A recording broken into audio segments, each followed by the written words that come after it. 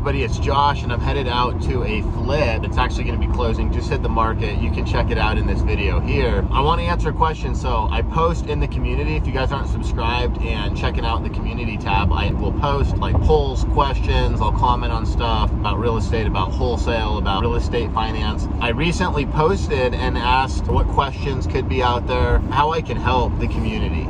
Because I had posted a poll of how many people were new, how many people had done some deals, how many people had done a lot of deals. And there's some of you out there, shout out to some of you OGs that have been doing this for a minute and have done a bunch of deals. And I think there's an opportunity for the community to really connect here, because there's a lot more of you out there that have not done your first deal yet. Maybe you've done a deal or two, majority not a deal yet, ready to go. And I remember going back to that time in my career, it's probably the most exciting time in my career. In fact, I was just closing on another flip, and literally just a couple days ago I was driving to the title company to close, and I didn't have to. I could have paid $40 to do a digital online signing, which those are really cool, but I literally went because I wanted to take a moment to express gratitude and feel the nostalgia. Going back to my last year in undergrad, I actually took a position as an intern at First American Title. And I remember dreaming back then, I'm like, I can't wait to come into these title companies and close escrows, close deals. And back then there was no, Ron electric signings and stuff for notaries. So my point is, regardless of where you're at in the adventure, enjoy the heck out of it. If you're just getting started, you're trying to get your first deal, it's going to come sooner than you think, and you're never going to go back to being a wholesale virgin, or a flip virgin, or a real estate investor, rental property owner virgin. So enjoy it and then get after it and go get that first deal and a whole bunch more. But one of the questions I want to address here is, how do I get started if I don't have money to invest into my business? And then second to that was, how do I find a buyer or buyers so that I don't end up getting stuck with the contract? And so there's a couple parts to that. So let's address the first question. The first question being, how do I get going in wholesale real estate if I don't have a lot of money? And this could apply, how do I get going in flipping houses if I don't have a lot of money? How do I get going in buying rental properties if I don't have a lot of money? What you need to do is you need to find somebody that has money. That's going to be super helpful. But you can also find buyers. So let's divide it into two parts. If you're going to go out there and find great deals, then you can sell them to buyers, or you can sell them to yourself. And I've talked about this in a lot of my videos, which is way better.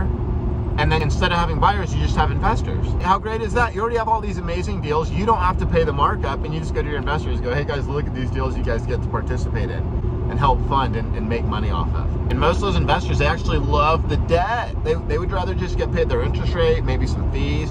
You're made whole, you take all the equity, because they don't know all the ins and outs of the deal, let alone the business, like you do. So they perceive all of that as risk, accurately so. So they would rather just invest in the debt. They can look at the property, go, I'm lending this much, I think it's worth this much if I had to take it back.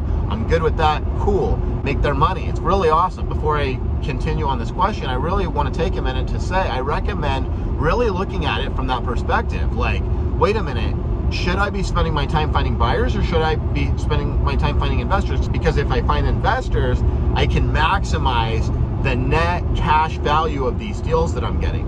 What I mean by that is, let's say you flip a house or wholesale a house for $100,000, great payday. Well, after taxes, you're only going to be left with 60, and even worse, you're probably going to spend 100 and then get a tax bill for 40 next year. But let's contrast that with, what if I buy a property and I put investor money on that property, take a loan with that investor money for $100,000 more than the property. And I can do that because just like the buyer would have bought it for that price, still had equity, well, I can get debt on that, and the investor will do that because they still have equity. Remember, they're going to look at, what are they loaning, what's it worth, what are they comfortable with? And you can find better and better investors, just like you can find better and better buyers. If you can make $100,000 as the loan on the property, now it's tax-free and you still have the asset. So first case becomes worth 60 after taxes. Second case is still worth 100, plus you have the rental income from the property and the future rental income from the property and the future and current leverage on the property, because the bank's willing to participate, not just your investor, but the actual banks as well. Bottom line, how do you find buyers or investors for that matter to get going? Well, there's lists you can look up. You can literally go on Zillow, look at houses that have closed recently, see who's buying them. You can go to local real estate investors associations and find out who's buying what, and I would recommend doing that. And you might find a couple of real buyers in your area, you will, and find out what they're buying and do what's called reverse wholesaling. And maybe it could be a reverse co-partnership on holding, where you say, hey, okay, great, you know how to operate these properties. These are what you want. So I'm either going to go find them, since I know you want them, and sell them to you, or I'm going to go find them and we're going to team up, and we get to split them at my price, my direct to seller home run price. You're going to help me fund them, or you're going to fund them. Could be either one, right? Your funding partner might not have the money. They might just have access to the money, and that's okay. If they have the money, even better. But you can look at this thing in steps, right? Like, first deal, you kind of do whatever you got to do to close the deal, and that, to a degree, never goes away. You always want to maximize how much money you can make on the deal, but that also is a dynamic factor that as you're getting better and better at the business, you're finding new buyers, you're finding new investors, that should overall get better and better. Sometimes there might be steps back. Things happen with the market, investors and buyers, risk aversion changes, interest rates change, etc. But like overall, if you continue to manage and operate your deals effectively and acquire good deals, then you're going to have that option. Okay, so that's the first thing is that I would say is that you want to find, and this is basically what I commented as well, and so you want to find somebody that's buying deals. Hopefully they're buying a bunch of them. And if you can find multiple of those people, but do focus on the relationship. If one person you know is actually buying, if you can find him a deal, you can have faith in your marketing and your sales when you're talking to those leads in that area and be excited because you already know where you can go to. But I will say one word of caution, be careful, especially if you're just flipping and you're not doing like a partnership, you're just going to wholesale it to the buyer.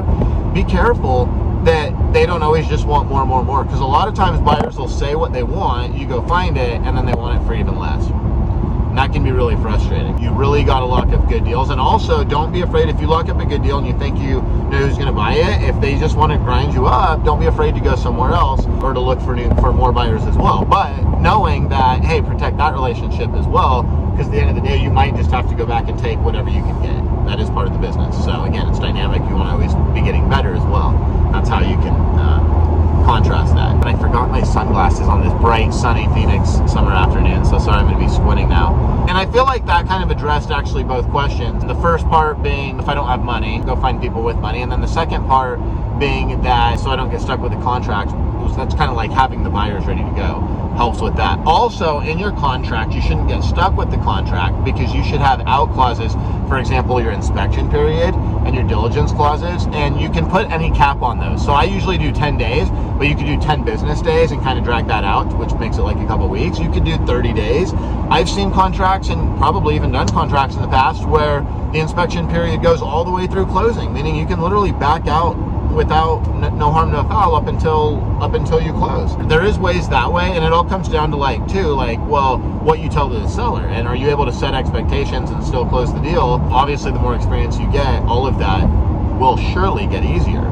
We still need to have money for marketing too, so that's like another thing. Is like, well, if I don't have any money, well, there's two ways that you can go find deals and leads. You got to go find the leads, right? And then the leads are going to turn into the deals.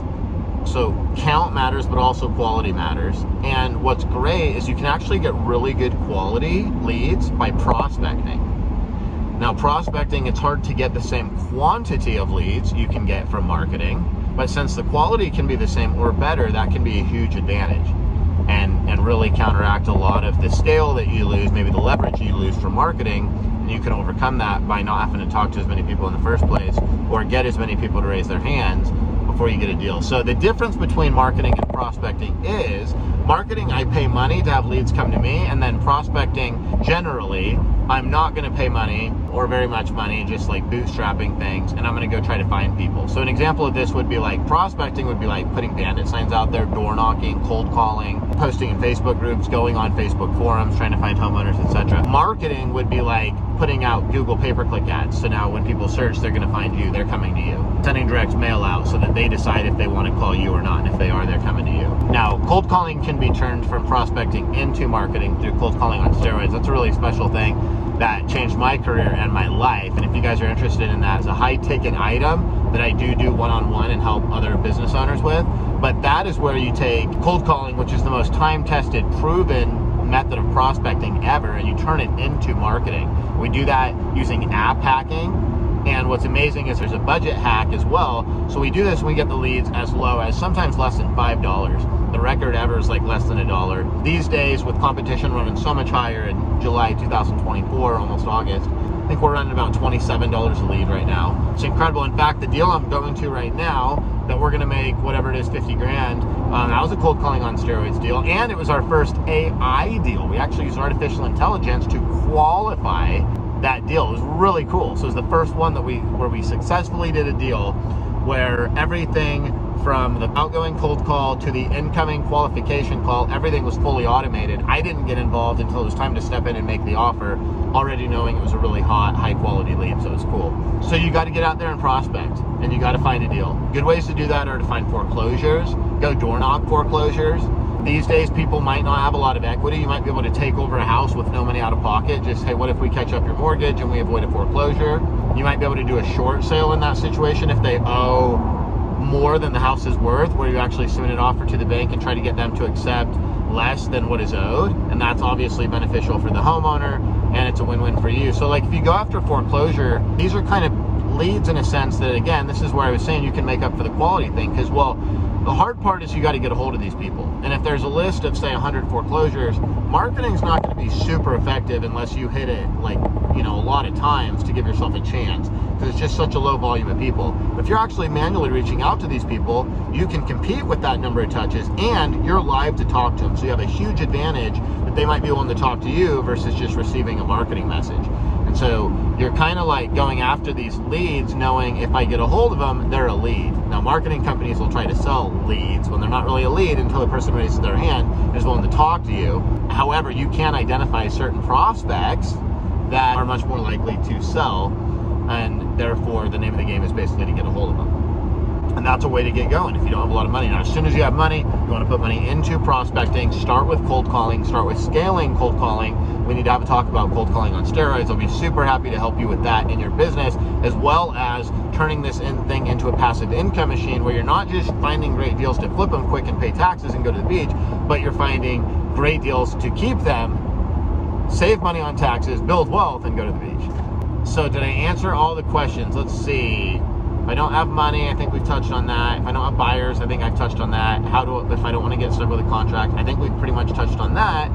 So I hope this helped, and whatever your question is as it pertains to real estate, flipping, or anything, put it in the comments. I will try to address them. If not, let me know if you're committed to getting your first deal in the comments, or if you're already doing a bunch of these deals, give me a, you know,